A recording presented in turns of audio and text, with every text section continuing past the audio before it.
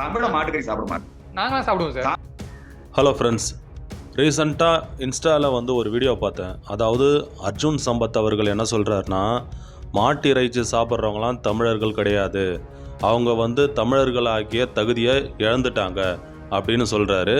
அது மட்டும் இல்லாமல் உண்மையான தமிழன் வந்து மாட்டை வணங்குவான், சாப்பிட மாட்டான் அப்படின்னு சொல்கிறாரு.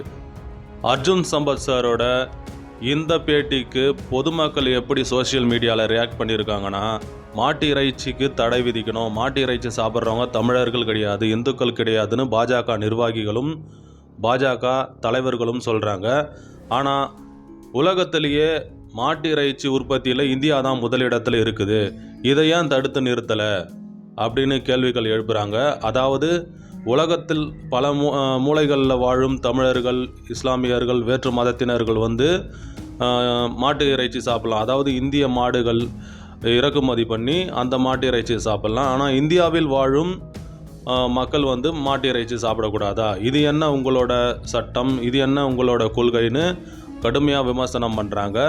அது மட்டும் இல்லாமல் எவ்வளோ மாடுகள் இந்தியாவில் வந்து குடிக்க தண்ணி இல்லாமல், ஒழுங்கான தீவனம் இல்லாமல், பராமரிப்பு இல்லாமல் ரோட்டில் வந்து கிராஸ் பண்ணும் போது ஆக்சிடெண்ட்டில் இறந்து போகுது. இதுக்கு என்ன நடவடிக்கைகள் எடுத்தீங்க? மாடு கடவுள்னு சொல்கிறீங்க, யானைகளும் தானே கடவுள், விநாயகர் உருவமான யானைகளும் தான் கடவுள். காட்டில் வாழும் யானைகள் வந்து குடிக்க தண்ணி இல்லாமல், உணவு இல்லாமல் உடல் மெலிஞ்சு இறந்து போகுது. இதை தடுக்க என்னென்ன நடவடிக்கைகள் எடுத்தீங்க? இந்தியாவையும் இந்தியாவில் வாழும் மக்களையும் உயிரினங்களையும் வளங்களையும் மத ரீதியாக காணும் பாஜக அரசுக்கு மாடு மட்டும்தான் கடவுளாக தெரியுதா? யானை, நாய், பன்னி, குரங்கு, சேவல் கூட தான் வந்து கடவுளோட வாகனங்கள், கடவுளோட உருவங்கள். அதாவது சேவல் வந்து முருகனோட வாகனம். அப்போ அந்த சேவல் கறி சாப்பிட்றவங்களாம் தமிழர்கள் கிடையாதா? இப்படி சரமாரியான கேள்விகள் வந்து மக்கள் வந்து எழுப்புறாங்க.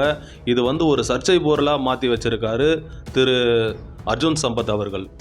மத்திய அரசோட இந்த மீட் பேனை எதிர்த்து கேப்டன் விஜயகாந்த் சார் அவர்கள் வந்து ஒரு எதிர்ப்பு தெரிவிச்சிருந்தார். அதில் அவர் என்ன சொல்கிறாருன்னா, மக்களோட உணவு பழக்கத்திலலாம் நம்ம தடை போடக்கூடாது, என்ன உணவு சாப்பிட்ணுன்றது அவர்களோட தனிப்பட்ட விருப்பம்.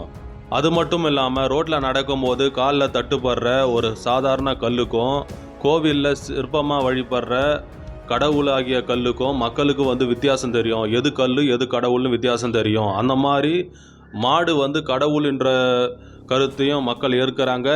அதை உணவாக எப்படி எடுத்துக்கணுன்றதுலேயும் மக்கள் தெளிவாக இருக்காங்க. இந்த மாதிரி மக்களை வந்து திசை திருப்பி மதவாதத்தின் பேரில் மக்களை வந்து நசுக்கிறது இந்தியாவோட பன்முகத்தன்மையை கெடுத்துரும். பல வண்ணங்கள் நிறைந்த அழகான வண்ணத்து பூச்சி போன்றது இந்தியா.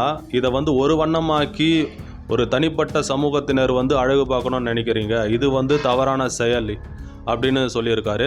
இந்த வீடியோவை பார்த்துட்டு இருக்க நீங்கள் அர்ஜுன் சம்பத் சார் சொன்ன இந்த கருத்து ஏற்புடையதா அல்லது ஏற்கத்தக்கதான்னு உங்களோட கருத்து என்னன்னு கமெண்ட் செக்ஷனில் சொல்லுங்கள். தேங்க்ஸ் ஃபார் வாட்சிங் அண்ட் கீப் வாட்சிங்.